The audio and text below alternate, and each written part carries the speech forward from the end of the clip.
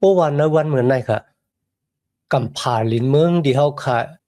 เหยียบไปกว่าไปมาอยู่เนี่ยจมลงกว่านั้นนำปังหลายดังเสียงโคของที่เขาคำมีอยู่ก็ตกซุ่มหายลายกว่าว่าไหนจังสองเขาขาเลยเมแฮนตีป่นเพปุ่นตาเขาขาวไว้เอาค่ะฮะในวันเหมือนในเขากัดดิสืบเห็นกว่าซ้อมกันค่ะ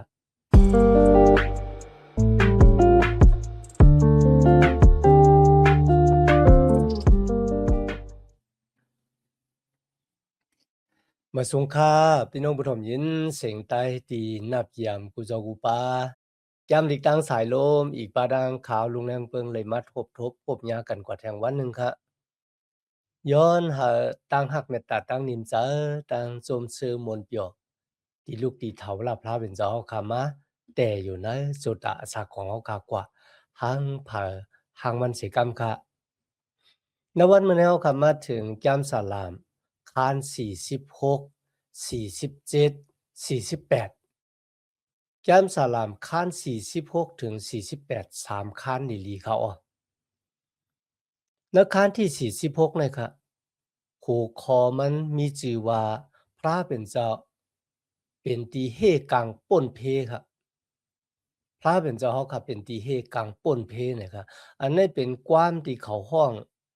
ในกาปานที่จุยสุกย่อลงมาอุบเปิงในกำผาโลกะ1 เหงปีในเขาอ๋อมันเป็นปุ่งหางของอาณากัดลินเมืองของพระเป็นเจ้าที่เขาห้องว่าเยรูซาเล็มมาได้มาตั้มอยู่ในโลกาลงในคันนะในลีกใต้เขาค่ะได้มีค่ะในลีกไทยลีกอังกฤษมีค่ะอ๋อย่ามสลาม46ในคันนั้นเป็นปลูกความที่เขาห้องเฮ็ดวัดกูกวายพระเป็นเจ้าเดี๋ยวก็น้ำเสียงมันเป็นน้ำเสียงอาลามดในเขาว่านะความว่าอาลาเนี่ยมันสื่อกันในแก้มอิสยาห์คาน7ข้อ14เขาอ๋ออิสยาห์คาน7ข้อ14กันนะมันบอกว่าขนาดไหนในแก้มอิสยาห์เนี่ยมีไว้ว่าก็เป็นเรื่องนั้นพระเป็นเจ้าติดปันรองด้านอันดีอ้ามด้วยเนมียิ่งสาวกันยา7ก้อนหนึ่งเตแต่ปฏิกสันเทแลเกิดลูกชายมาก่อนหนึ่งเขาได้ต่างซื้อมันจะว่าอิมานุเอลานะอ่ะกำเน่โปมาปองกันดังหมดอาลาหมดป่ะเนี่ยมันก็เยิงถึงนางยิงสาวกันยา7นั่นเขาอ่ะก็เป็นเช่นนั้นครับแก้มสลามคาน46เนี่ยก็มีโหฮูป่วยว่าเป็นแก้มสลามที่จับเสียงอันดังตั้งอันจอยแถมเฮาป่นเพค่ะนะเฮ็ดเฮาคักคุกจะไลไหว้เสพพระเป็นเจ้าป่ากุนมิวอีซีละออกเมืองอียิปต์มาค่ะเนาะมาอยู่ตีน้ำปางหลายแลงตีนั่นค่ะพระเป็นเจ้าเฮาโมเสยุคค่อนเต้ามันขึ้นแล้วก็มีลมพัดมาแลน้ำปางหลายแลงเพออกเป็นเส้นทางเฮากุนมิวอีซีละไปข้ามก็เพราะฉะนั้นยามสลัมคาน46นี่ครับมันเป็นตางเป้แหน่งมือกุนมิวอีซีลาเขาข้ามน้ำปางหลายแลงค่ะนะ เขาป้ากันเฮ็ดความยองยอถาพระพระเป็นเจ้าพระเป็นผู้อ่อนหูค่ะล่ะบ่ได้จึงนั่นก็เป็นมิเรียมค่ะมิเรียมค่ะนะเป็นปีนางของอาโรนดังโมเสสปอยอก็ที่นั่นก็มีตั้งอันไห้กองเขตป้าค่ะนะบ่ได้เป็นแม่หญิงกลจายไหนป้ากันเฮ็ดความยองยอพระเป็นเจ้า มันเป็นปลูกความตังเป็นแหน่งเมื่อคนมิวอิศิลาเขาคำนำปังหลายแหลงมาซ้ำแทงรองหนึ่งค่ะในคัน46ในคณะรัฐถึงคนมิวอิศิลาเขาตีสือโยในค่ะแหละสือโยต่อพระเป็นเจ้าในวันที่จุยสู้ได้จ้ามาปอกที่2ลูกล่างตะเปเจ้าที่สือโยในจุยสู้ได้ป้ากันเฮ็ดปอยยุกยองยองยอเฮ็ดปอยอย่าปอยหลงในคณะ ยามสลามคาน46 47 48ในคณะลัดถึงลองเหลียวกันเขาก็เพื่อเรื่องนั้นครับมันเป็นยามตีกับสืบกันไว้ครับหรือสินั้นกาครับมันจะปลูกความดีเป็นตั้งเสาสามหมองซะกุยกับมันเป็นปลูกความดีโจมซื้อมวลเปียวในตั้งเป้แหนง แล้วก็ยุกยองยองยอตั้งใหญ่เมียดของพระเป็นเจ้าเขาในคัน46นะครับมีอยู่3รองรองที่1ก็ได้ลาถึงน้ำกัดตั้งแขนที่เปงโปอของพระเป็นเจ้าบอกว่าเปงโปอจังก็ว่ามันจะมีน้ำกัดตั้งแขนเมื่อเฮาขาดไหลหบทุกข์ว่าลองเหรอกูลองเนี่ยพระเป็นเจ้ามีน้ำกัดตั้งแขนที่ได้จอยเฮาค่ะ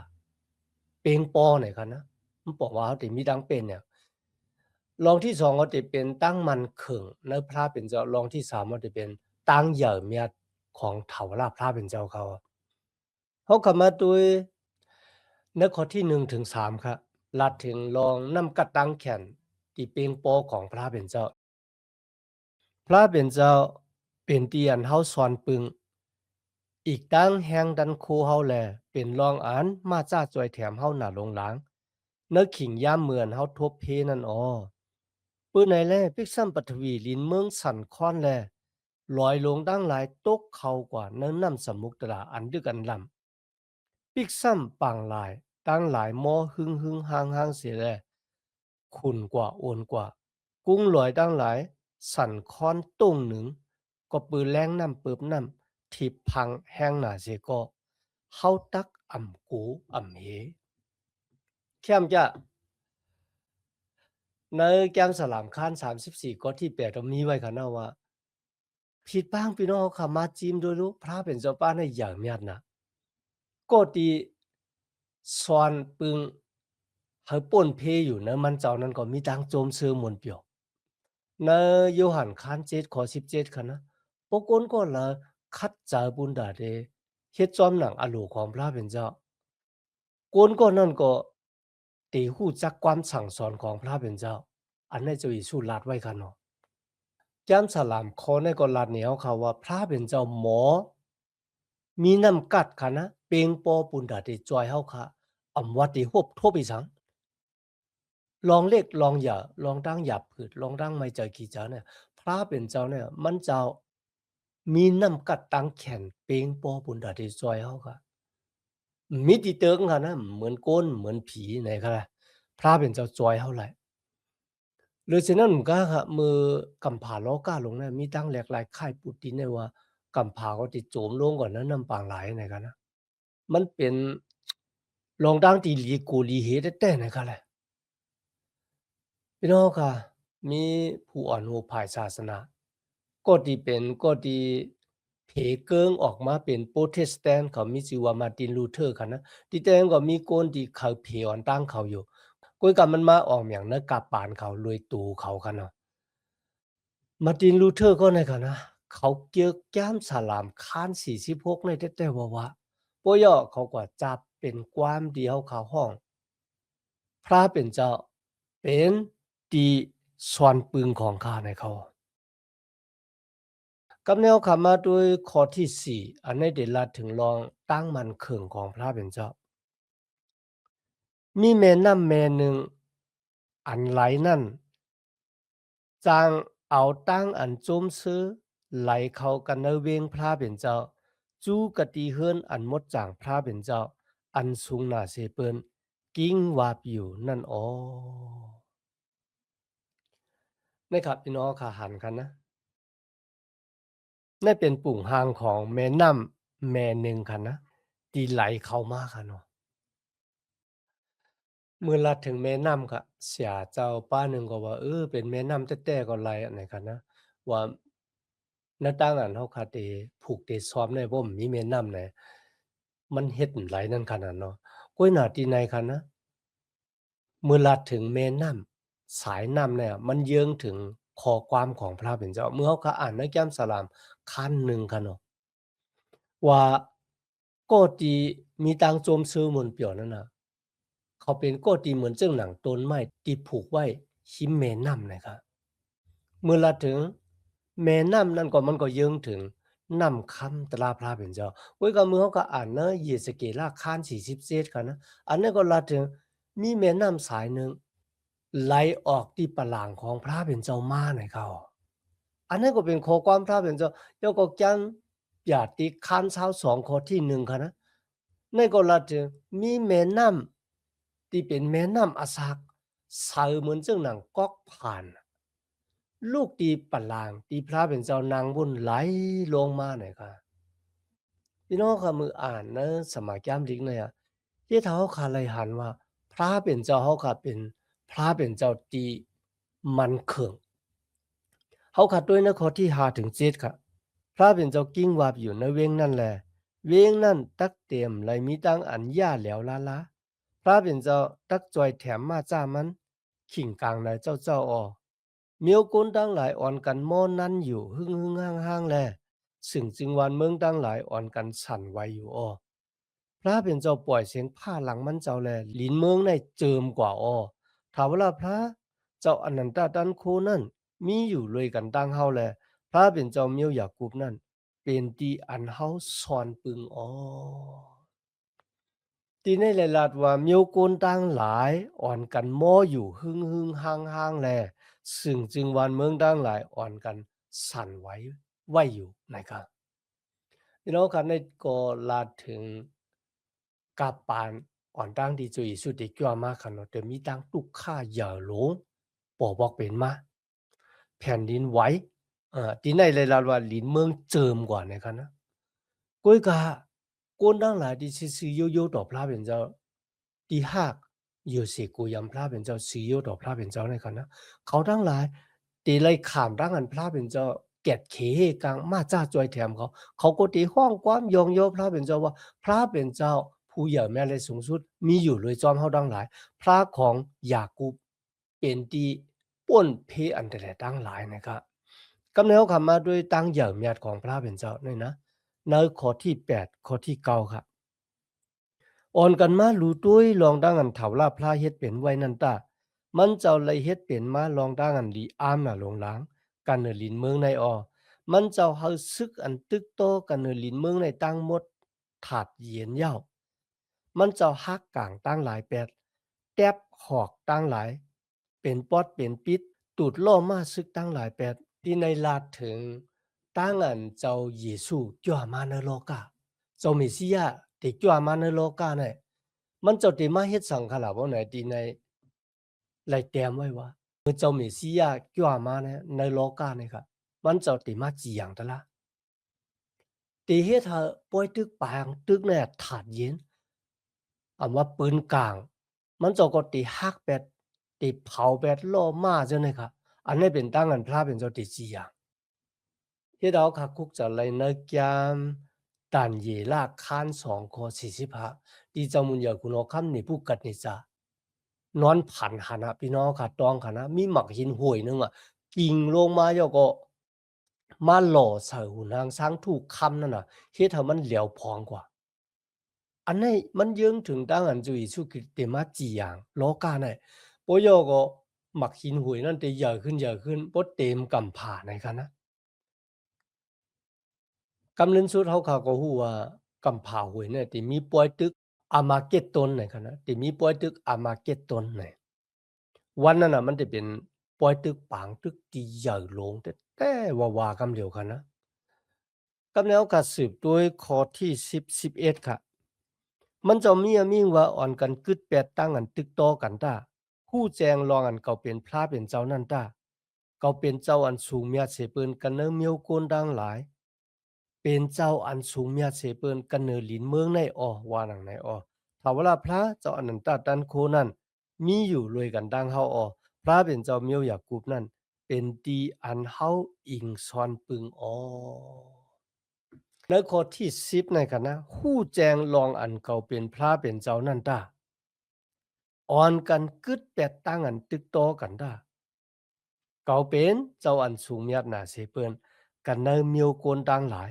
เป็นเจ้าอันสูงเมียดหนาเสเปิ้นกันเนินดินเมืองในอ้อพี่น้องค่ะในก็พระเป็นเจ้าว่าเมื่อเฮาอิงปึงอากูมันเจ้าค่ะนะอำว่าได้มีตั้งทุกข้าหยาบผืดที่อยู่รอบตัวเฮามาก็เฮาค่ะอยู่นิ่มๆไลค่ะก็เบิ่ซังค่ะเมื่อเฮาขาดตุ้ยตะเปเจ้าเมื่อเขาเตคามน้ำปังหลายกาลิเลกว่าเนี่ยที่นั่นค่ะนะเจ้าเยซูนอนหลับอยู่นิ่มๆดีๆก็บ่จังไหนที่นั่นก็ลาดถึงรองทางที่ว่า เฮาอยู่นิ่มๆเฮารู้ไว้ว่าเฮาเป็นพระเป็นเจ้ามีพระต่างสู่ต่างป้าหรือเสียมันเจ้าก็บ่จังไหนในเป็นติอิงปึงอากูแต่ๆค่ะนะกำในเฮาคำมาถึงแก้มสลาม47ค่ะอันในหัวข้อมันมีไว้ว่าเฮายกย่องยองย่อเฮ็ดวัดพระเป็นเจ้าในขิงกาลา1เฮงปีครับ ในข้อที่1ถึง2ค่ะคนมีดังเสียงดังหลงเขาเว้ยอ่อนกันตบมือจมๆซื่อๆตาอ่อนกันเฮ็ดความเสียงอย่างน่ะยองย่อพระเป็นเจ้าตาลองมันซ้ำถ้าเวลาพระอันเป็นเจ้าอันสูงหน้าเสเปิ้นนั่นเป็นเจ้าอันถูกลีโกลีเฮออมันเจ้าเป็นมหาคุณหอคำอันอุปเปิงลินเมืองตั้งเสียงตั้งหมดในมันบอกว่าเหอะครับเจ้าเยซูคริสต์ได้อู้เปิงคุณหอค้ำกามีในกัมพาโลกาลงแล้วและมันเจ้าเป็นเจ้าพระที่กึ่งทึกกึ่งตานที่ได้เลยขันตั้งอันยุกยงยองย่อเลยที่ได้เลยขันตั้งอันเฮ็ดวัดกูก่อยแก้มสลามคัน46เขาคาหันตั้งอันเจ้าเยซูจ้าลงมาในโลกามาจีอย่างตะลาค่ะนะ เขาปล่อยตึกปังตึกถาดเย็นกว่าก้นน้ำหลีก้นตึกโตมันเจ้าก้นลูกพื้นมันเจ้าเนี่ยมันเจ้าจีอย่างหมดกำเนิดมาถึงขั้น47เนี่ยลิ้นเมืองของพระเป็นเจ้าไล่ขานร่างงานก่อตังโปกตังเนกำผาได้นะครับลิ้นเมืองของพระเป็นเจ้าไล่ขานตั้งงานก่อตังโปกตังเนกำผาได้พระเป็นเจ้าจุยสุคริติอุปเปิงกำผาเวยได้1เฮงปีค่ะจอมหลังตีนั้นสมัยแก้มดีพระเป็นเจ้าไล่แต้มหมายไว้ ในข้อที่3ถึง4มันจะปันอะขว้างหาเลยเป้เลยแหน่งกันเนือก้นดังหลายแลปันเฮาเลยอุปึงกันเนือเมียวก้นดังหลายอ้อมันจะเลือกเอาเมืองดีอันเฮาอยู่ในเฮาเป็นอมวยก้นมันเจ้าจื้ออันมันเจ้าหากนั่นอ้อพี่น้องค่ะที่แน่เมื่อจุยสู้จ้อมาบอกได้ค่ะนะเออเฮาขยำห้องความที่ว่าโลกาซื้อเปียวเจ้าพระมาเย้าเนี่ยในวันคริสต์มาสค่ะนะ ข่าวว่าปอกในนะวันที่เจ้าเยซูเกี่ยวมาปอกที่2นี่ก็รู้เลยห้องแทงปองว่าโลกาซื้อเปียวเจ้าเยซูเกี่ยวมาเย้าในรู้เลยห้องจึงไหนเหมือนกันค่ะนะกำเนิดมาถึงแก้มสลาม47ข้อที่5ถึง9ครับ พระเป็นเจ้าคืนกว่านางปลางมันเจ้านั่นเย้าเมื่ออันถาวรพระคืนกว่าอยู่นั่นมีเสียงอันห้องโจมห้องเซออีกตั้งเสียงอันเป่าตึงแน่ขลาดที่ขาอ่อนกันเฮ็ดความยองโยกะดีพระเป็นเจ้าตาเฮ็ดความยองโยขุนโหคำเฮาตาพระเป็นเจ้าเป็นขุนโหคำอันอุบเปิงลินเมืองตั้งเสียงตั้งหมดในอ่อนกันเอาตั้งอันเฮ็ดความและยองโยมันเจ้าตาพระเป็นเจ้านั่งอยู่กันเหนือปลางอันมดจางมันเจ้าเสียแล มันจะอุปเปิงกันเนือเมียวโกนดังเสียงดังหมดคุณนั้นอุปเปิงเมียวโกนดังหลายเจ้านั้นอ่อนกันจู้ตุมกันอยู่กะติเมียวโกนพระเป็นเจ้ามันเจ้าเป็นเจ้าอันมีแห่งดันโคอันเยงแค้นอย่านาเสตับซึกตั้งหลายแลมันเจ้าอุปเปิงอยู่สูงมียดหนาอันนั้นเป็นตั้งอันเยซูเกี่ยวมาอุปเปิงกำผาล้อก้าหวยเนี่ยแทงปอกนึง เมื่อ2เหงปีปลายที่ป่นมาเจ้าเยซูเลยมาเกิดในเวียงเบธเลเฮมการงานของมันเจ้าก็อ่องเมียงเย้าตูนหรือเสาลักว่ามืออันนั้นก็มันบอกว่าโกนกูก็มีอาขว้างมาหาบ่ตั้งเกยอดหรือตั้งอยู่มัดตำจันนั้นมันเจ้ามีอาณาปลดวางควางหลอดปันเขาออกป่นมุ่นหลอดสีบูดาเปดอาณาจาตานมานาตามมาเป็ดนะหมอภัยงลายไว้สิตายกว่าก็เปือมันเจ้าลูกกระดังตายขึ้นดิมากำไน มันเจ้าติจ้ามาขึ้นในปอกที่2ยาก็มันเจ้าก็ติมากดตังปุกตังหลินเมืองของพระเป็นเจ้ายาก็ติเข้ากว่าที่เวียงเยรูซาเล็มมามือมันเจ้านางเหนือปะหลังมันเจ้าโกนมันเจ้าติเฮ็ดความยุกยองยองย่อแลลาดถึงยุกยองยองย่อมันเจ้าเฮ็ดวัดกูก่อยมันเจ้าเขาคัน48ครับในคัน48ลาดถึงหัวข้อมีไว้ว่า ตั้งเป้แหน่งปอกลื่นสุดของเจ้าเมสสิยาในกัมผาโลกาในอันนี้เป็นตั้งเป้แหน่งปอกลื่นสุดนะครับเป็นปาบลื่นสุดในแก้มสาลาม46 47แล้วก็มาสุดใน48ในกันนะเป็นตั้งอันเฮ็ดปล่อยตั้งเป้แหน่งของเจ้าคริสต์ปอกลื่นสุดให้เขานะในข้อที่1ถึง3 ถ้าเวลาพระอย่าเมียดหนาแลถึกขามตั้งอันเฮ็ดท่อปนายองย่อหนาลงล้างกันเนเวียงพระเป็นเจ้าเฮากันนือลอยอันมดจังมันเจ้านั่นอ้อลอยจี้อุ่นลอยพระเป็นเจ้านั่นสูงหนาแลหางลีหางงามหนาลงล้างอ้อเป็นเวียงหลงมหาคุณโอค่ำแลปานตั้งอันจมซื้อตีหลินเมืองดังเสียงดังหมดในอ้อพระเป็นเจ้าเฮาฮู้ลองอันมีตั้งอันล่งหลีลอดหลีลอยกันตั้งมันเจ้ากันเนหอเวียงนั่นอ้อ เมื่อสมัยแก้มลีกลาดถึงร้อยจี้อุ่นก็มันก็เป็นร้อยจี้อุ่นครับกุยการเมื่อลาดถึงเมืองของพระเป็นเจ้าเนี่ยอันนั้นน่ะมันเป็นเวียงเยรูซาเล็มอันนั้นเป็นเมืองของพระเป็นเจ้าในข้อที่3ในขณะมันจับแสงกันดังอิสยาห์คัน14ข้อ13 14เขาพี่น้องก็อ่านด้วยอิสยาห์คัน14ข้อ13 14นั่นมันเป็นตำหม่านกลางหาวที่พระเป็นเจ้าผ่านสร้างเฮ็ดเป็นมันต่างมันเฮาเป็นผู้อ่อนโหเฮ็ดวัดโกกวายเนี่ย มันเคยลุกขึ้นพระเป็นเจ้าย่อก็เคยหิมเอาปะหลางของพระเป็นเจ้าตีนนั่นค่ะนะเมื่อลาถึงเวงหลงเวงมหาของพระเป็นเจ้าเนี่ยมันเป็นตีนนั่นเขาย่อก็เมื่อเจ้าเยซูก้าลงมาปอกที่2ในกันนะที่เป็นปอยตึกปางตึกที่หาวแห้งที่เป็นปอยตึกปางตึกลื่นสุดในกำผาโลก้าลงในเขาคัน48ในข้อที่4ถึง5ครับ ย่อตัวรู้คุณหอคำดังหลายอ่อนกันจู้ตุ่มกันเสียแลอะไรมาตึกโตหลอยจี้อุ่นอ้อกุยกะเหมือนเขาหันนั่นอ่อนกันอ้ามหน้าลงลางอ้อเขาตกจากแลแลนปลายกว่าอ้อค่ะพี่น้องค่ะ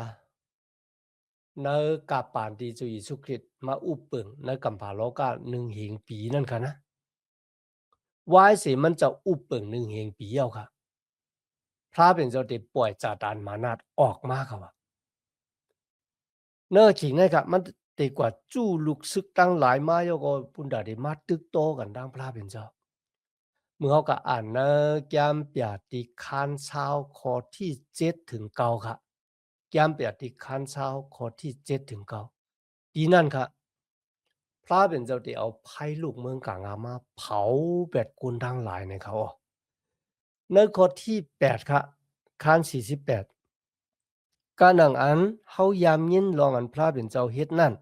เมื่อเหลียวในเฮาเลยหันกันในเวียงหลวงพระเป็นเจ้าเฮาถ้าเวลาพระเจ้าอนันตตันโคนั่นยาวมันเจ้าตักเฮาเวียงนั่นแต่อยู่ตาเสอำทาดอ้อนะครับอันนี้ก็ปโลแพทย์ของพระเป็นเจ้าฮ้อไว้จึงหนังหือโกนของพระเป็นเจ้าก็ไล่หันจึงหนังนั้นพระเป็นเจ้าไล่อามาขามความปโลแพทย์ตีไล่ฮ้อทาลองมันเจ้า ในข้อที่9ถึง10ค่ะพระเป็นเจ้าดีค่ะข้าเจ้าเฮาเขาใครใจว่นจะลุยลองเมตตากรุณาเจ้าเฮากันเนอเกี้ยงปีกหมันเจ้าเฮานั่นดีค่ะอ้อเจ้าเฮาไหลขามตั้งอันก้นนางหลายยองยอกูตีกูแหลนแลมุนเสลเจ้าเฮานั่นจอดแจดกว่ากันนือแผ่นดินเมืองดังเสียงดังหมดในอ้อเจ้าเฮาอุปเปิงอยู่ซื่อๆต่อๆอยู่ดีค่ะอ้อต่างที่สูพระเป็นเจ้าแต่ในวันนั้นเฮาก็ได้ไล่หัน นามาจือเสียงของพระเป็นเจ้าที่เป็นตียุกยองกูกว่าจอดตูกว่าเหนือลินเมืองในเขาในวันนั้นกันนะในกองปีกหมานของพระเป็นเจ้าเนอกิ่งข้าวยามที่จุยสู้อุปเปิงหนึ่งเฮงปีกันนะโกนแต่เฮ็ดวัดกูกว่าของพระเป็นเจ้าโกนแต่คุกโคนว่นจะถึงตั้งหักเมตตาของพระเป็นเจ้าที่มีต่อเขากำแนวกลับมาถึงคาน48ข้อ11ถึง14สุดเอาลีๆคันนะ Hơi cún ăn mi cà tì loài chi ủn, lấy muôn biểu xì cam lội. Cháu háo chỉ yang tala sư sư tổ tì khao o. Bữa này lẽ hơi mi tăng ăn soảng sư, cả nơ mương yu ta, tăng lại xì cam lội. Cún phá bên cháu khao ơi, onกันไปเรียบหอบเวียงจีอุ่นเสียแลนับอ่านเสาล่างมันดังหลายตาออนกันมัดหมายต้องไว้ลำเวียงมันดังหลาย อีกตั้งเจ็ดเซไว้ตึกตีตึกซึกมันดังหลายตา เฮ็ดซึ่งหนังนั้นจังสูตักจางหมอกลาดตีลูกหลานสูสืบตามแลว่าพระเป็นเจ้าสูในเป็นพระเฮาอยู่ตาเสสืบตามแลมันเจ้าตักอ่อนหัวเฮาสูงกว่าขิงกาละสืบตามอ๋อพี่น้องค่ะลูกหลานตะเปเจ้าที่อยู่มาตำจะในจุยสุดที่ไปหอบหลอยจี้อุ่นไปหอบ เวงเยรูซาเล็มไปเลยตั้งโจมๆเซ่อๆค่ะก็เพราะว่ามันเป็นขิงกะลากกะปานที่พระเป็นเจ้าอู้เปิ่งพองงามมีตังหนิมสิมอยู่กันหน้าหนึ่งในคันเนาะมีดังนั้นต่างเกจูพระเป็นเจ้าที่มาเฮียนจามดีกว่าซ้อมกันตัวบ่ถึงไอ้ขิงเฮาขาดสุดเสียงกว่าณวันเหมือนไดย้อนหาตั้งหักเมตตาตั้งนินจาตั้งโจมซื้อมนต์เปียวตีลูกตีเฒ่าลาพระเป็นเจ้าเฮาขามาแต่อยู่ในหูเสาเฮาขากว่าหังเผอหังมันสิกรรมค่ะ มาสูงค่า